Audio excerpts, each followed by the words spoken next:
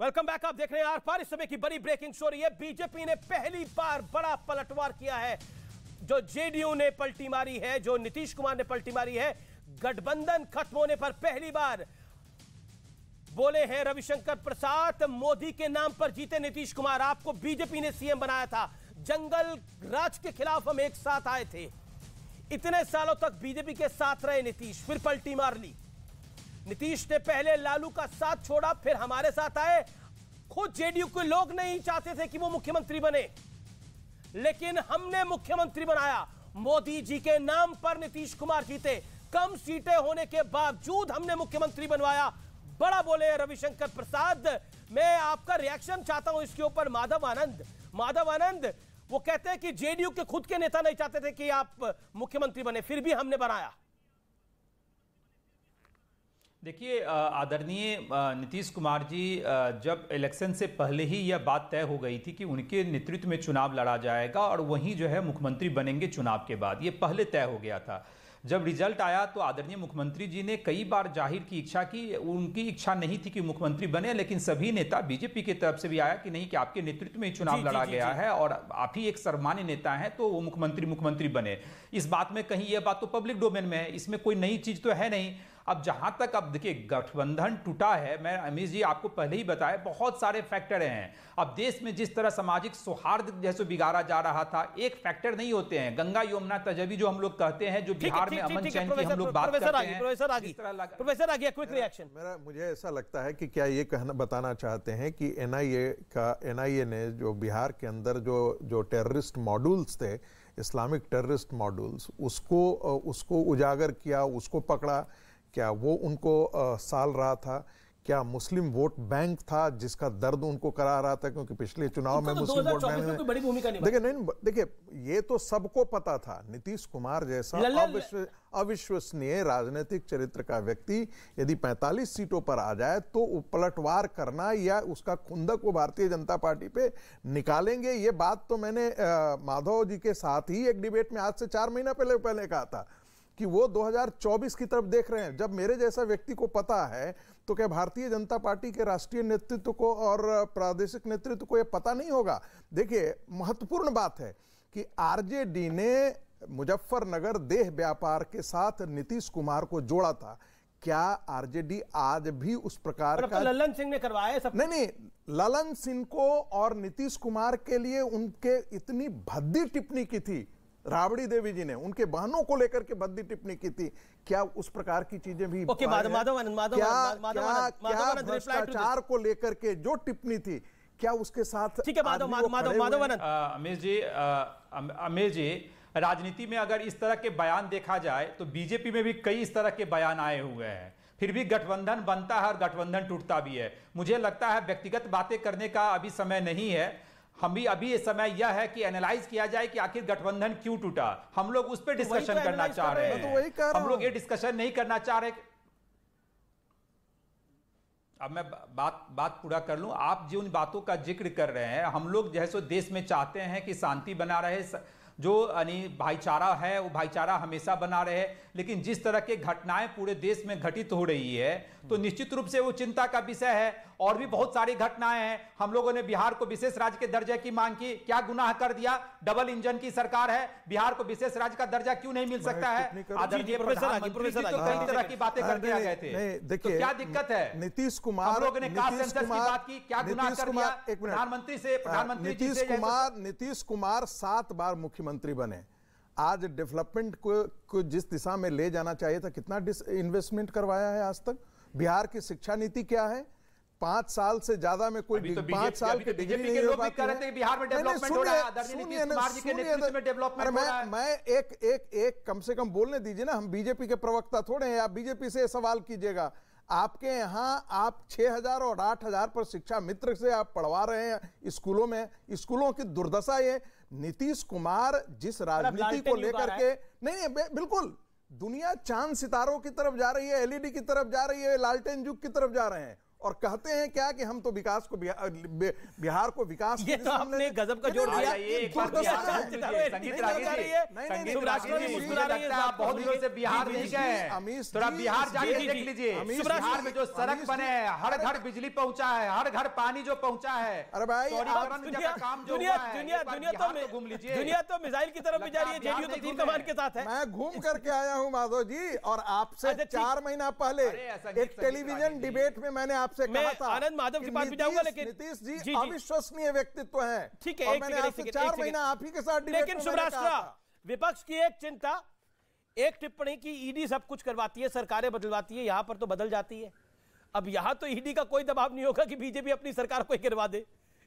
लेकिन अभी प्रोफेसर रागी ने बोला कि दुनिया, देश एलईडी युग की तरफ जा रहा है, चांद सितारों के युग की तरफ जा रहा है, और बिहार लालटेन युग की तरफ जा रहा है। आमिश जी, मैं आप पैनल, आज बहुत अच्छा पैनल है, बहुत अच्छी चर्चा हो सकती है बिहार पर, इसीलिए मैं एक चीज स्पष्ट कर दूं, पैनल में बैठे हुए हर एक पैनलिस्ट के लिए मेरे मन में पर्सनली बहुत सम्मान है। आज एक बात जो मुझे लगता है बहुत मुखर रूप से बिहार की जनता कहना चाहती है कि इस पूरे ये जो ताम झाम हो रहा है, इसमें बिहार की जनता का क्या, हमें क्या फायदा मिल रहा है उससे। मैं स्वयं बिहार में ही पली बढ़ी, वहीं जन्मी, वही मैं उसको अपनी कर्मभूमि आज तक मानती हूँ, शायद जीवन भर मानती रहूंगी। कितनी आसानी से आनंद मोहन जी ने कह दिया कि आज वहां 24 घंटे बिजली आती है। आनंद मोहन जी, आप एक बार उत्तर बिहार का जायजा कर लीजिए, एक बार मिथिला घूम आइए, आपको स्वयं पता चलेगा कि बिहार में बिजली की स्थिति क्या है। नालंदा की बात मत कीजिए, नालंदा तो बीजेपी का गढ़, सॉरी जेडीयू का गढ़ रहा है। मैं मधुबनी से हूं। आनंद जी, आपको बताना पड़ेगा, मैं आपको गांव, ठीक है, तो मैं, लेकिन देखिए मैं बता देता हूं, क्या मैं आपको गांव अपनी बात दे दूं, गांव के गांव का सुब्राष्ट्रा, लेकिन नीतीश कुमार कह रहे हैं कि मैंने अपने विधायकों के दबाव में, अपने सांसदों के दबाव में बिहार के विकास के लिए तेजस्वी और तेज प्रताप को चुना है। वो नीतीश रोजगार के लिए तेज प्रताप और तेजस्वी को चुना के लिए भी मैंने कई बार ये चीज कही है, मैंने ये बात भी कई बार कही है आमिश जी कि मौजूदा परिस्थिति में नीतीश कुमार जी, आज का जो लीडरशिप है, जो उस जनरेशन का लीडरशिप है, उसमें नीतीश जी एक बहुत कद्दावर नेता हैं।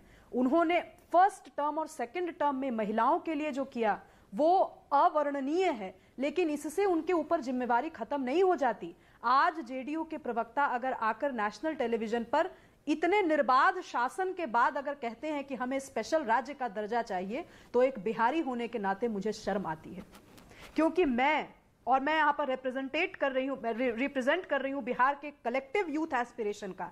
आज हम कहां नहीं हैं, आज आप सेंट्रल गवर्नमेंट से लेकर के एकदम निचले लेवल की ब्यूरोक्रेसी देख लीजिए, आपको बिहारी ही बिहारी पाए जाएंगे। आप मीडिया में देख लीजिए, शीर्षस्थ पोजीशन से लेकर के कैमरामैन, मैं उम्मीद करती हूं कि मेरे यहाँ जो कैमरामैन अभी आपने भेजे वो भी बिहार के हैं। सब कुछ करने के बावजूद हम बिहार जाकर क्यों नहीं काम कर पा रहे? और इसकी जिम्मेवारी का राजद पर आप ठीकरा फोड़िएगा?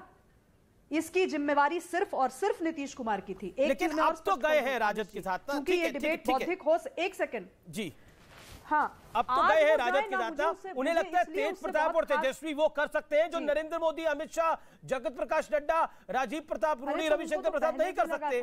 तेजस्वी और तेज प्रताप वो कर सकते हैं। आमिश जी, ट्विटर पर जब पहली बार आए थे नीतीश जी, तमाम तंज कसने के बाद, तो उन्होंने राजद के लिए ही कहा था, चंदन विश्व व्यापत नहीं लिपटे रहत भुजंग। तो न तो चंदन ही रहे, न तो भुजंग ही रहे। आज तो दोनों एक दूसरे के प्रेम में पड़ करके अब लटपटाने की कोशिश कर रहे हैं। तो इतने दिन जब शासन किया था आरजेडी के साथ, तो फिर गठबंधन क्यों तोड़ा? आनंद माधव, देखिए सिंपल सी बात है, आज बिहार की राजनीति केवल और केवल सत्ता और सत्ता के स्थानांतरण तो हर जगह ही है। मुझे लगता है कि आनंद माधव एंड देन राजीव प्रताप जी जी, मैं आनंद माधव आपको मौका दे रहा हूँ। आनंद जी 10 सेकंड का समय दीजिए, 10 सेकंड का समय दीजिए। जी जी, मुझे भाजपा से भी एक शिकायत है। जब भाजपा सेकंड लार्जेस्ट पार्टी बन के उभरी, राजीव प्रताप जी, जब एक ही सीट कम थी, और हम जानते हैं कि आज लड़ाई भाजपा और राजद के बीच में है, हम अपने कॉमन मिनिमम प्रोग्राम और एजेंडे को लेकर के हम नीतीश कुमार के ऊपर प्रेशर क्यों नहीं बनाया हमने कि हमें यह काम करना है? मैं मानती हूं कि चाहे वो शाहनवाज भाई हो या वो नितिन नवीन जी हो, दोनों ने बहुत बढ़िया काम किया है। हम काम अच्छा करते रहे सरकार में रहते हुए, लेकिन भाजपा ने क्यों असर्ट नहीं किया? बड़ा इंपॉर्टेंट पॉइंट है, बड़ा इंपॉर्टेंट पॉइंट है। बीजेपी ने लीवरेज दी नीतीश कुमार को, ये बड़ा इंपॉर्टेंट पॉइंट है। परेशान जी जी, राजीव प्रताप रूडी, मैं आपसे जवाब लूंगा, लेकिन आनंद माधव काफी देर से इंतजार कर रहे हैं, वो अपनी बात को रखना चाहते हैं और अभी तक एक ही बारी बोले हैं। आनंद माधव जी, कांग्रेस एक तरह से कांग्रेस के लिए सत्ता मिल जाए बिहार के अंदर वो ज्यादा महत्वपूर्ण है, कैसे मिले कैसे नहीं मिले वो ज्यादा महत्वपूर्ण नहीं है। क्या आपको लगता है कि जो नरेंद्र मोदी, अमित शाह, जगत प्रकाश नड्डा नहीं कर पाए वो तेजस्वी यादव और तेज प्रताप यादव कर लेंगे बिहार के यूथ के लिए? देखिए, सबसे पहले तो ये बात आप भूल जाइए कि कांग्रेस ने जो कुछ भी किया है और अगर समर्थन दिया है इस महागठबंधन को तो सत्ता के लिए किया है, इसलिए क्योंकि इन्होंने कांग्रेस ने सांप्रदायिकता के खिलाफ अपना मत दिया है, इसलिए साथ में आया है, फिरका परस्ती ताकतों के खिलाफ में आया है। और दूसरी बात जिस ढंग से जो इनके साथी जितने रहे हैं, इनके एलाई भारतीय जनता पार्टी के रहे हैं, मैंने भी पहले भी कहा था इनको कि किस ढंग से उन्होंने उसको ट्रीट किया है, डोरमैट की तरह ट्रीट किया है, तुरंत रास्ता दिखाया है और उनको यूज एंड थ्रो के रूप में मैंने ये भी कहा संजय रागे जी को कि संजय रागे जी आप सूडो स्पोक्स पर्सन मत बनिए, स्पष्ट रूप से बन जाइए और आ जाइए इसमें, विश्लेषक अपने सबसे लिखना बंद कर दीजिए। सच्चाई ये है कि अगर जदयू पे उंगली उठाते हैं, एक मिनट अमीश जी आज अभी बैठ के ये मंच पे हमारे माननीय सांसद रुद्र प्रताप रूडी जी भी और संगीत रागी जी भी ये उंगली उठा रहे हैं, विकास के नाम पे बहुत सारी बातें कर रहे हैं। सत्ता में तो आप साथ साथ थे और लगातार कितने सालों से साथ साथ थे, क्या किया आपने क्यों नहीं दबाव दिया? तो दोष दोनों के ऊपर है ना, ठीक है, दोनों के ऊपर अपराध तो दोनों ने किया है ना। अगर इस तरह की बात है तो आज बिहार की शुरुआत है, बिहार से क्रांति की शुरुआत होती है। ठीक है, जवाब बिहार से क्रांति की शुरुआत होती है, क्रांति की शुरुआत हो चुकी है और ये पूरे देश में फैलेगा, मैं ये कह रहा हूँ। लेकिन अब राजीव प्रताप रूडी, ये क्रांति है या भ्रांति है, इसके तो आप अपनी राय दीजिए जरूर। लेकिन ये कहते हैं कि आप बैग लेकर वहां पर भी आए थे, यानी बीजेपी वाले बैग लेकर आए थे, लेकिन कोई बिका नहीं, कोई टिका नहीं। पता नहीं इसमें इस तरह की टिप्पणी में क्या है। आज का डिबेट मूलतः यह है कि नीतीश कुमार भारतीय जनता पार्टी को छोड़ के हो गए और आज का ये डिबेट है कि भारतीय जनता पार्टी ने नीतीश कुमार को क्यों नहीं छोड़ा। पर कांग्रेस को लग रहा है क्रांति हो गई है। और कुछ सवाल ये भी पता नहीं, उनके बारे में मैं बहुत टिप्पणी नहीं करूंगा क्योंकि प्रसंग कुछ और है और उनकी अप्रासंगिकता देश के राजनीति में कितनी स्थापित हो गई उनको मैं प्रासंगिक इस विषय में नहीं बनाऊंगा। और दूसरा सवाल जो उठ रहा है कि भारतीय जनता पार्टी ने क्यों साथ दिया नीतीश कुमार को, क्योंकि फिर हम एक बार दोहराना चाहेंगे कि 2020 में हमारा कमिटमेंट था, हमने उनको सत्ता दिया। और शायद आपका ये सवाल बहुत सही है कि नीतीश कुमार क्यों अप्रसन्न हो रहे थे, तो बहुत सारे सवाल हैं। अब आपसी उनकी मतभेद थी, उनके अंदर कुछ मनमुटाव था, भारतीय जनता पार्टी की उसमें कोई भूमिका नहीं थी। ये भी बात सच है कि भारतीय जनता पार्टी के मंत्री हों, कार्यकर्ता हों, नीतीश कुमार जी पर निश्चित रूप से लोकतांत्रिक तरीके से दबाव डालते थे बड़े काम का, देश की योजनाओं को वहाँ लाने का, देश की योजनाओं जिनको ना ला करके बिहार की जनता को जो नुकसान हो रहा था उसे पूरा करने का।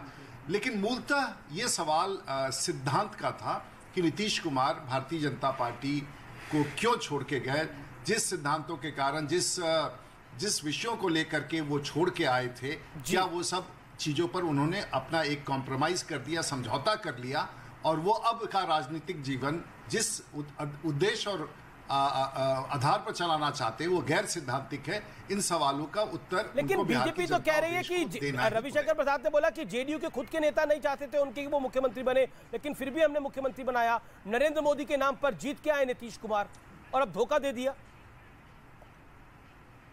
ये विषयांतर है, मैं नहीं समझता हूं कि ये विषय अभी संदर्भित है। पर रविशंकर प्रसाद ने प्रेस कॉन्फ्रेंस में बोली इस बात, हमने अपना धर्म निभाया।